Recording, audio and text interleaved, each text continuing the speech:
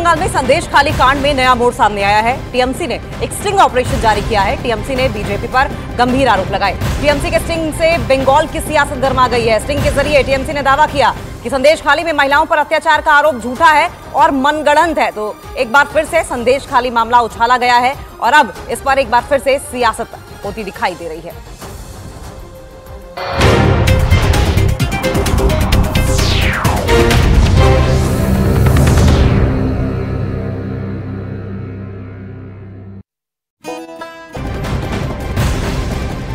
लोकसभा चुनाव के बीच AIMIM chief Asaduddin Owaisi का विवादित बयान सामने आया है। उन्होंने न्यूज एजेंसी एएनआई से बातचीत में आज के भारत की तुलना तानाशाह हिटलर के युग से की है। इतना ही नहीं, एएनआई को दिए इंटरव्यू में उन्होंने भारत में मुसलमानों की स्थिति को हिटलर के युग के समय जर्मनी में यहूदियों जैसा बताया है।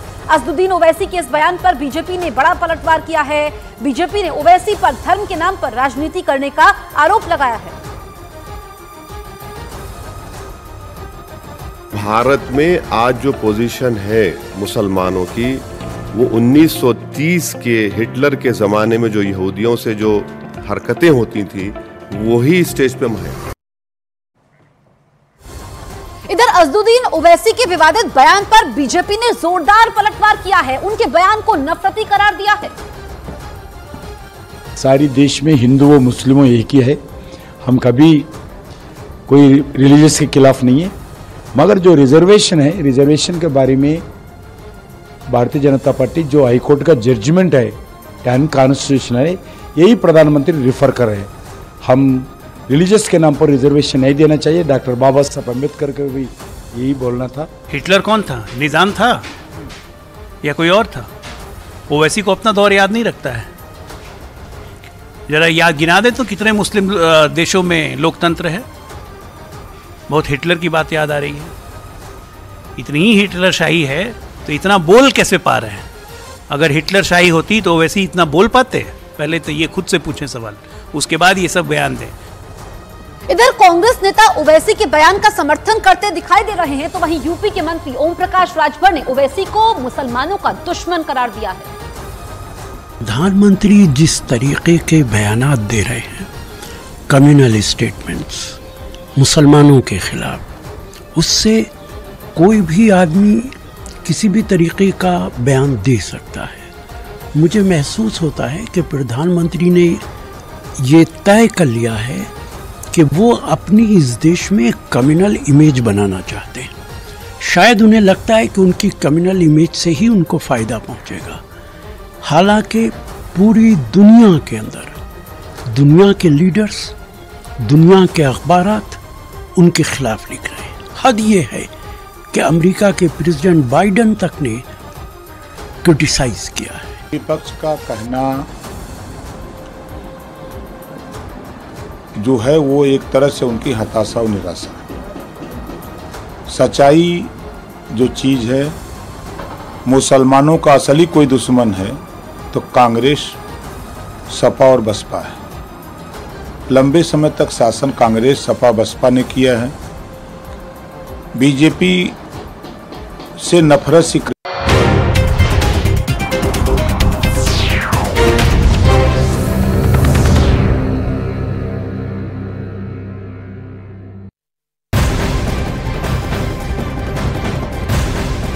एक और ब्रेकिंग न्यूज सामने आ रही है। प्रधानमंत्री नरेंद्र मोदी आज अयोध्या का दौरा करेंगे। पीएम शाम 6:40 पर अयोध्या पहुंचेंगे और रामलला के दर्शन करेंगे और फिर वो अयोध्या में एक रोड शो भी करेंगे। प्रधानमंत्री अयोध्या में करीब 2 घंटे तक रहेंगे। प्रधानमंत्री नरेंद्र मोदी का ये 6ठा अयोध्या दौरा होगा, लेकिन इससे पहले प्रधानमंत्री नरेंद्र मोदी ने महर्षि वाल्मीकि एयरपोर्ट के लोकार्पण के दौरान रोड शो किया था, लेकिन तब बात कुछ और थी। अब बात कुछ और है, क्योंकि अब रामलला में भगवान राम विराजमान हो चुके हैं।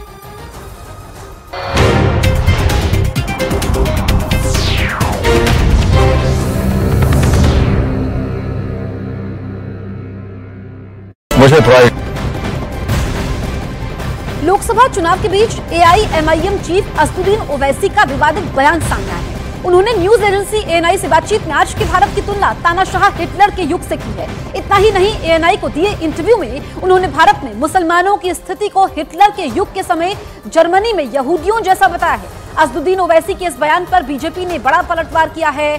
बीजेपी ने ओवैसी पर धर्म के नाम पर राजनीति करने का आरोप लगाया है। भारत में आज जो पोजीशन है मुसलमानों की, वो 1930 के हिटलर के ज़माने में जो यहूदियों से जो हरकतें होती थी वही स्टेज पे है। इधर असदुद्दीन ओवैसी के विवादित बयान पर बीजेपी ने जोरदार पलटवार किया है। उनके बयान को नफरती करार दिया है। सारी देश में हिंदू व मुस्लिमों एक ही है। हम कभी कोई रिलीजियस के खिलाफ नहीं है, मगर जो रिजर्वेशन है, रिजर्वेशन के बारे में भारतीय जनता पार्टी जो हाईकोर्ट का जजमेंट है अनकॉन्स्टिट्यूशनल है, यही प्रधानमंत्री रिफर कर रहे हैं। हम रिलीजियस के नाम पर रिजर्वेशन नहीं देना चाहिए। डॉक्टर बाबा साहब अम्बेडकर को भी यही बोलना था। हिटलर कौन था? निजाम था या कोई और था? ओवैसी को अपना दौर याद नहीं रखता है। जरा याद गिना दे तो कितने मुस्लिम देशों में लोकतंत्र है। बहुत हिटलर की बात याद आ रही है।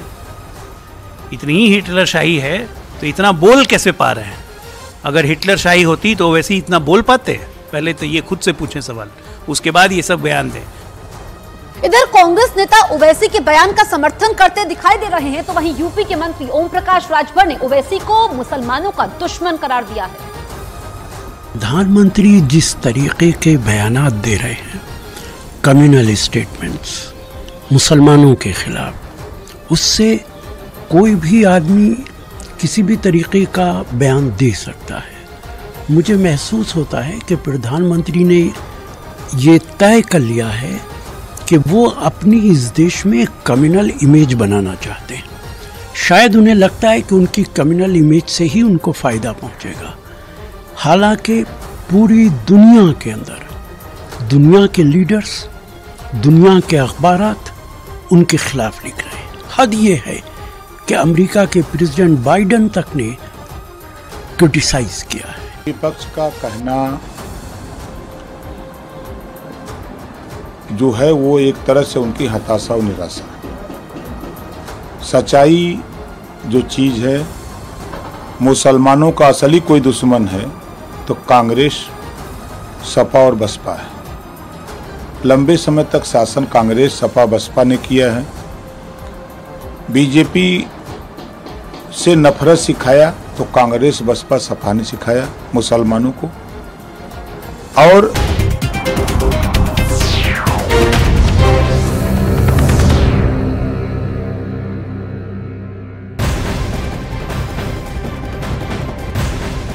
जम्मू कश्मीर के पुंछ में एयरफोर्स के जवानों पर हुए आतंकी हमले में एक जवान शहीद हो गए। हमले में 5 जवान घायल हुए थे, जिन्हें एयरलिफ्ट करके उधमपुर के अस्पताल में भर्ती कराया गया था, क्योंकि उधमपुर का जो ये हॉस्पिटल है वो नियरेस्ट है, इसलिए वहां एयरलिफ्ट किया गया। आतंकवादियों ने भारतीय वायुसेना के काफिले पर गोलीबारी की थी, जिसमें भारतीय वायुसेना के 5 जवान घायल हो गए हैं और इस हमले के बाद आतंकी वहां से फरार हो गए।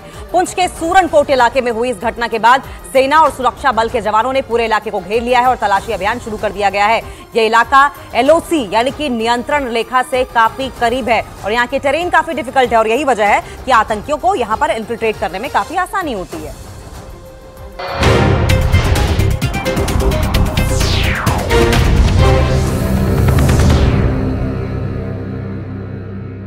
वोट देने में